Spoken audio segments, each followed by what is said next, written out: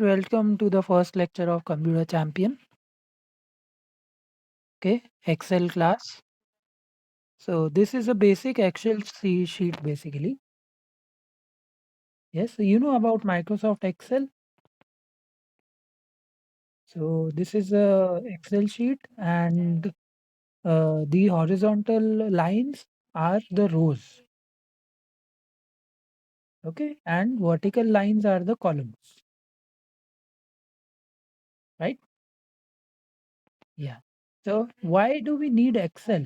Any idea why do we need Excel?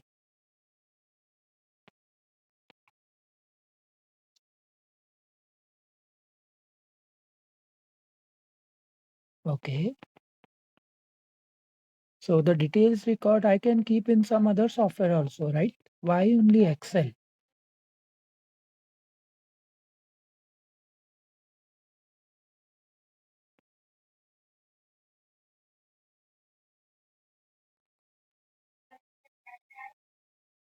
Yeah, because Excel is data we store in Excel. We save the data in the Excel file and it is very light.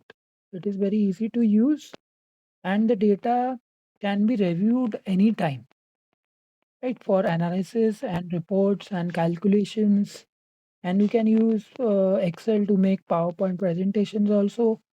The graphs which we make in Excel, graph, chart, it can be used for analysis of the data and the presentation of the data. Correct. So you have all 4-in-1 features in the Excel. One is to save the data. Second is to review the data anytime you want. Third is calculation. You can do mathematical calculation in Excel with lot of formulas are there in the Excel. And fourth is you can make graphs, charts, pivot tables, and many things, conditional formattings. And you can use that data to present your PowerPoint slides in the meetings, right? For plannings, yeah, for your business plan. So in a website, normal website, you go to a form, right? So the form is like this: first name, last name, for example, first name, last name, ID number, phone number, email ID, right? It is in the vertical shape, correct? So in the Excel, if I do the submit, if I click on the submit link of the form, then what will happen? This data will be saved in Excel. In what format? The first row is always the header. Okay. The first row which I had shown you is always the header. The header means the name of the fields. First name, last name, phone number. So this is always the header in Excel. And then you have the related values, which is, for example, I have written here some names, the phone number, for example, here, and email ID, for example.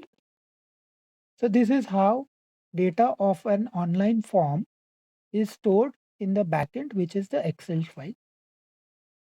The first row is always the header and then rest followed by the values of the columns. Okay. So any doubts, any queries in this particular sheet?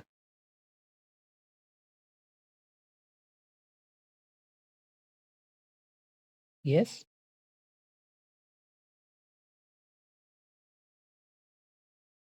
You can have a look at the sheet.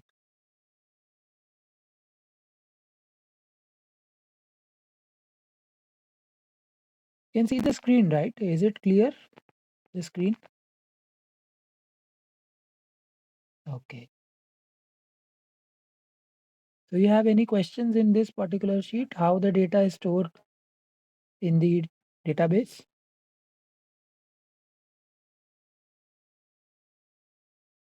Okay. So let's continue.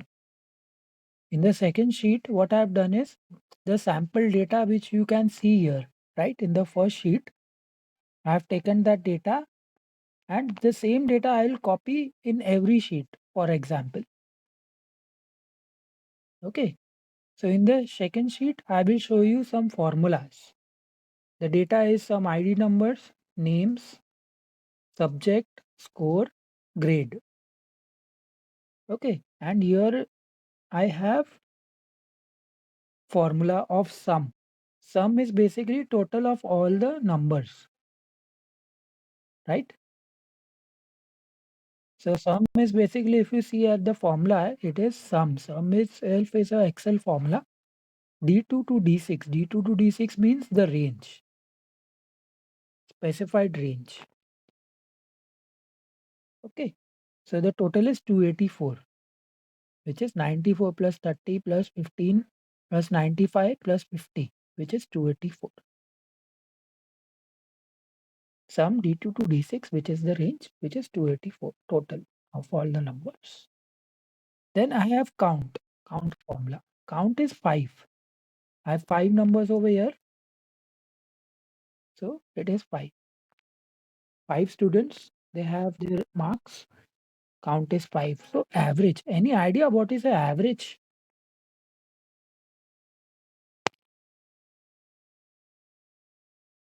Okay,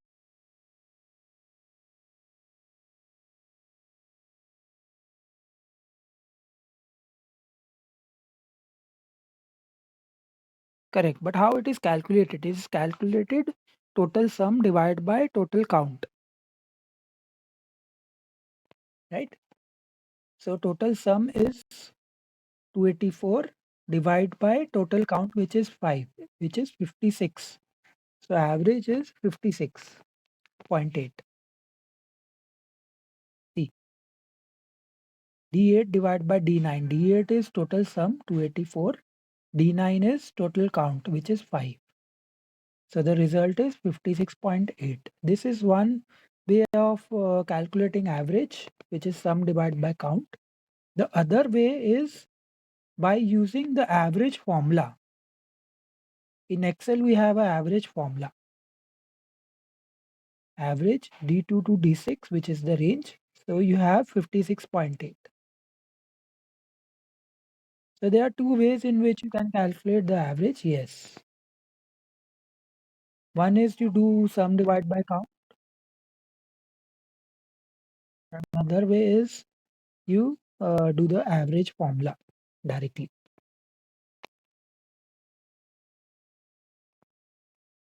Yes.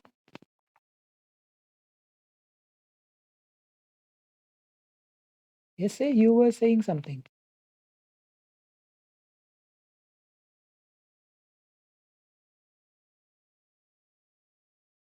Okay. So the average formula is clear. Okay. So the next formula I have is minimum. Minimum is the least number of the range, which is 15. The minimum is the 15 out of all the numbers, right? So the formula itself is MIN. MIN is for minimum and the range, which gives me the least number, lowest number, and maximum. Formula itself is the max, MAX, which is maximum range, which gives me the highest number in the range, which is 95. Okay. Which student has scored maximum marks, which is 95. And which student has scored very less number of marks? Yes, which is Sam, which is 15. So this way how we do in the formula and maximum. Okay, so we have one more participant here. Solomon has joined. Hi Solomon.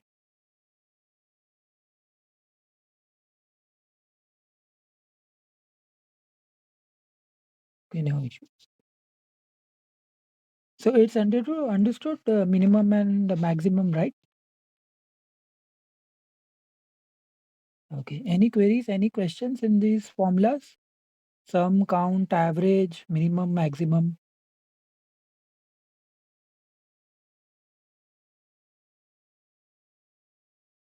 Yes. Any questions? I could not hear your voice clearly.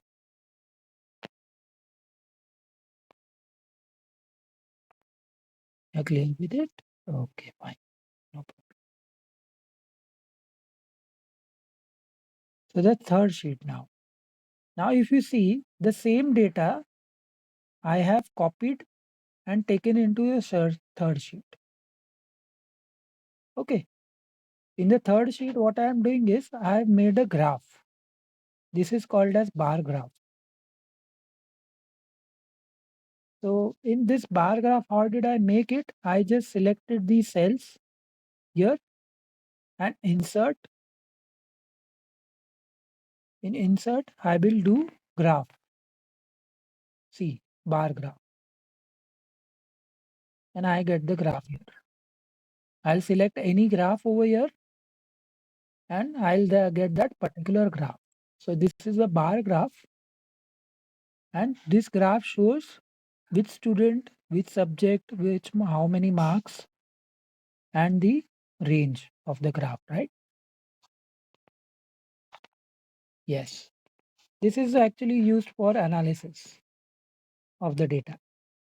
The trend cycle which you say, which student has scored highest in the class, which student has scored lowest in the class, which student has failed, which student has passed. You can make a graph like this.